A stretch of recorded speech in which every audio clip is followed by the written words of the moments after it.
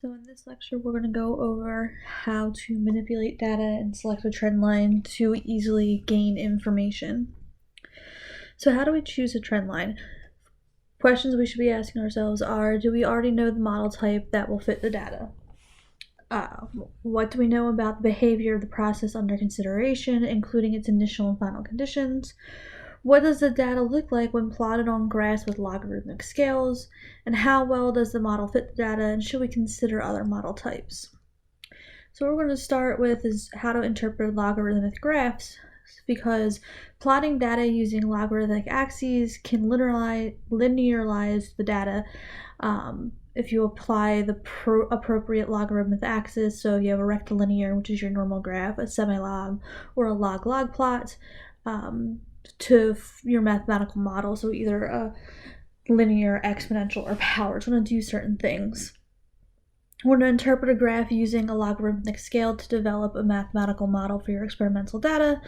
We're going to identify graphs as either rectilinear, semilog, or log-log. We're going to use Excel to convert graphs to a logarithmic axis, and we're going to understand some limitations that Excel has. So let's look at linear type functions first. Our linear functions are y equals mx plus b.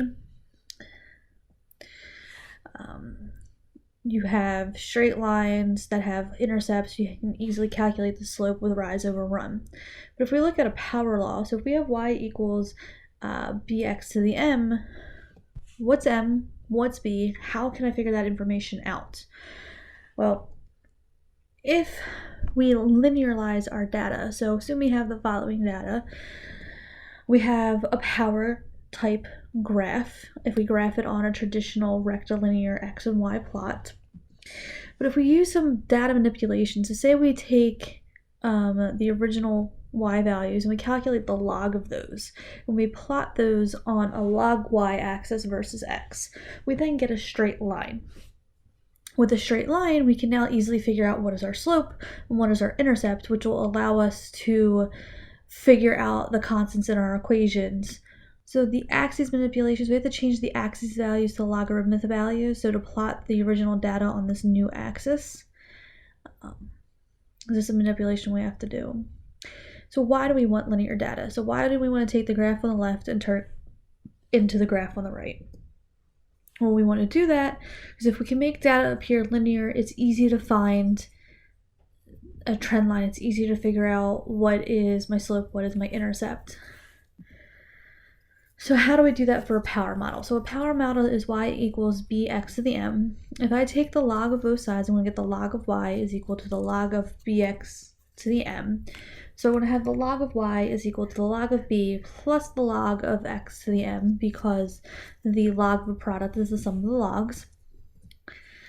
And then the log of something raised to a power is that something times the log of x. So we get a log of y equals the log of b plus n times the log of x, which is very similar to our linear function. So the log of b is our so-called constant. It's the value of log y when x is equal to 1, the log of 1 and 0. And m is our so-called slope. It's the change in the log of y over the change in the log of x. So a power model appears linear on a log-log plot. Please note that the axis values are not equally spaced. Powers of 10 are equally spaced, and each set is called a decade or cycle or an order of magnitude. It's called a log-log plot because both scales are logarithmic, so it's a fully logarithmic plot. So power type functions appear linear on log-log plots. That is a very important point to remember. So how do we read a log-log plots? Well, here's my data, here's my trend line. My y-intercept is where the data intercepts the y-axis, it's still there. So when the radius is equal to 1 centimeter, the constant is equal to 4. The slope is the number of decades of volume divided by the number of decades of radius. So 1, 2, 3 divided by 1. So my slope is 3. My resulting equation is going to be v is equal to 4r cubed. So what happens when we manipulate an exponential model? So an exponential model, we have y is equal to b to the times e to the mx. we have the log of y is equal to the log of b e to the mx. The log of y is equal to the log of b plus the log of e to the mx. So the log of y is equal to log of b plus mx times the log of e. So the equation we end up with is the log of y is equal to the log of b plus 0.43, which is the value of the log of e, times m to the x. Again, the log of b is our constant, is the value of the log when x equals log y when x equals 0. The slope is 0.43 times m, which is the change in the log of y divided by the change in x. So our actual value of m is the slope of our line divided by 0.43.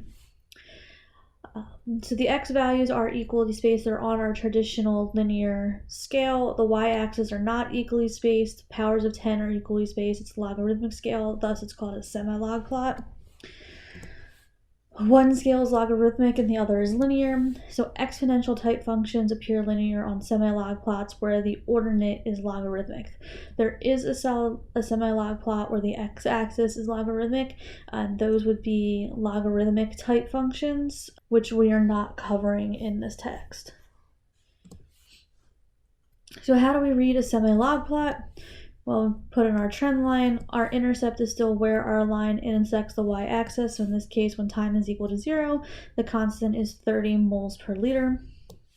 The slope is the number of decades of concentration divided by the change in time. So we have one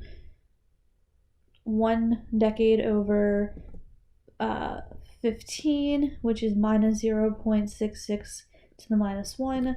Our m value is our slope divided by 0.43, so our m is actually minus 0.15 seconds to the minus 1.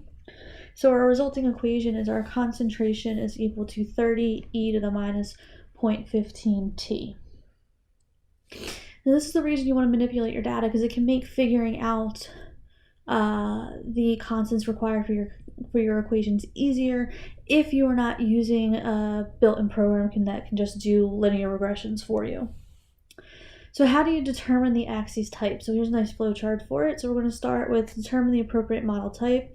So you're going to plot the data on a normal linear scales for both axes, and if the data appears to be a straight line, you have a linear model. If not, we're going to plot the data on a logarithmic vertical axis and a normal horizontal axis, and if the data appears to be a straight line, we have an exponential model. If not, we're going to plot it on a log-log plot, and then if it appears straight, we have a power law. If not, you can then plot it on a semi-log plot where the log is on the x-axis and the y-axis is your normal normal rectilinear. And if it is a straight line, you have a logarithmic model, which we are not covering, and if it's not, it's some other kind of model, which again we are not covering. So to sum everything up, a linear model is y equals mx plus b. In data form, you have a defined value b at x equals 0, and the data appears to be a straight line on a regular rectilinear graph. We have a power model, which is y equals b to the x to the m. It's a positive m value adds of 0. Sorry, if you have a positive value of m, you have a value of 0 at x equals 0. If you have a negative m, the value of your function at x equals 0 is infinity. It appears linear on a log-log graph. We have an exponential model where it's y equals b e to the mx. It has a defined value. B cannot equal 0 at x equals 0. A positive m, you have it asymptotes to 0 for large negative values. For a negative m, it asymptotes to 0 for large positive values of x. And it appears linear on a semi-log graph with the log scale on the y-axis. So if I go back to the questions I originally asked of how to choose a trend line, the last thing we're going to ask ourselves is, if we did all this, is like, should we consider other model types? So we have some proper plot rules for trend lines to make your log axes. Again, so for log plots, minor grid lines are required. Otherwise you can't determine information from the plot since things are not evenly spaced. You have to use the appropriate number of decimals. I have an example of a correctly drawn one here. The axis scales will reflect the actual increment size of 0.1 without additional decimals. So you don't want 0.0.1000000. The axes are moved to outside and not left the original crossing point at 1, so you have to manipulate our graphs a little bit.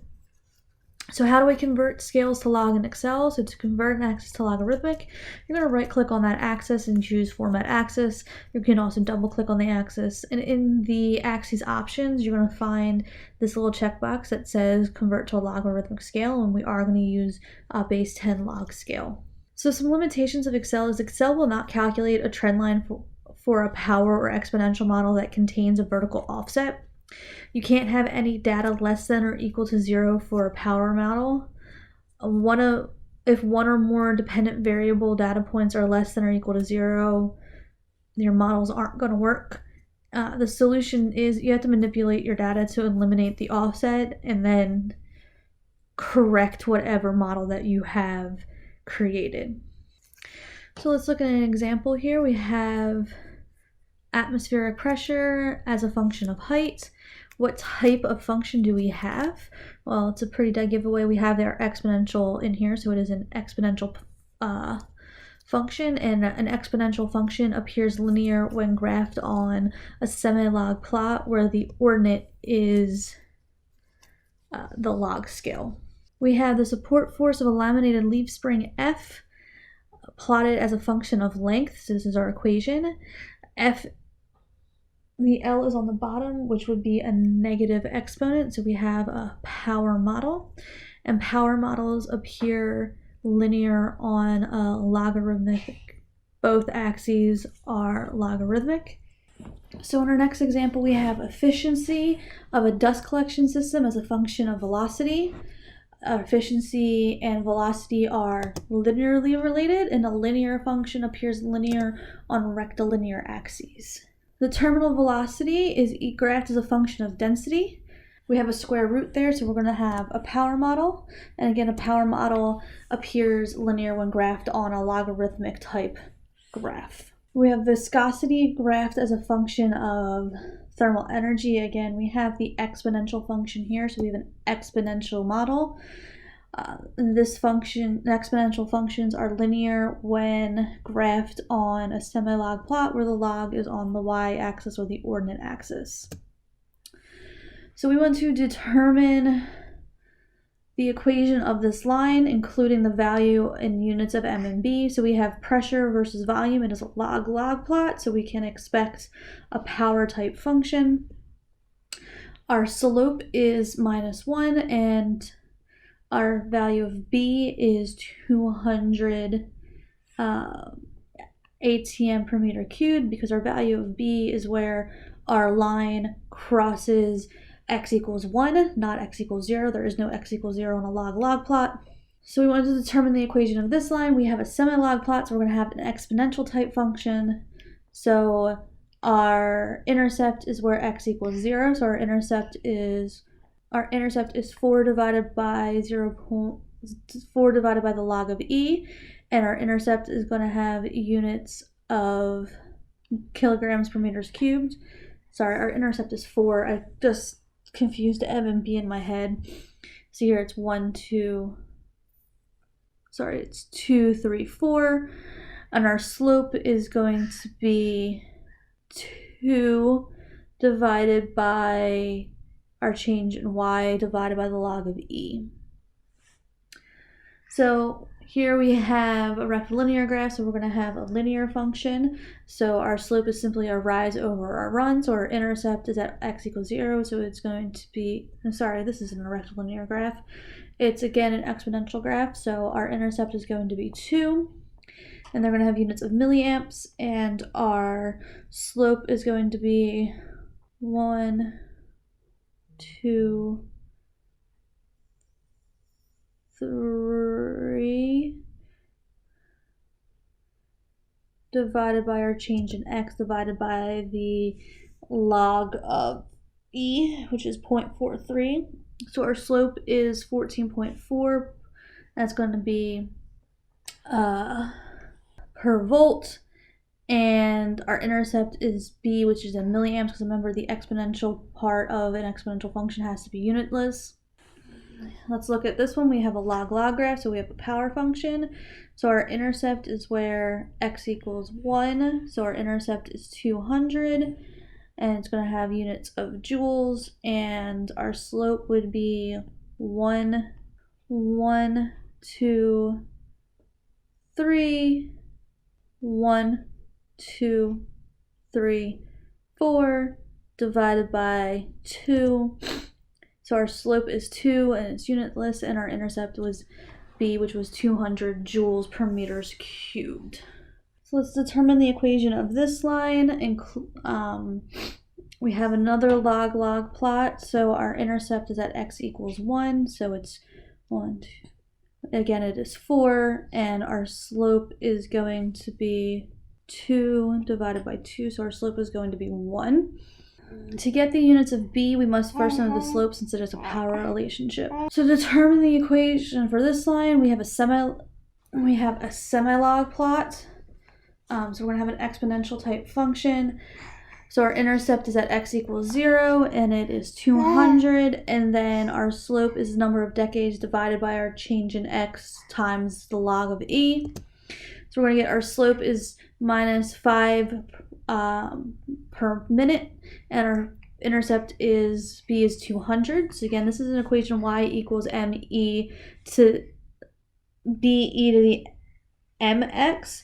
So b is going to have the units of our y-axis, which is Fahrenheit. M is going to have the units of 1 over our x-axis. That's it for this lecture. In our next lecture, we're going to look at how to implement graphs in MATLAB.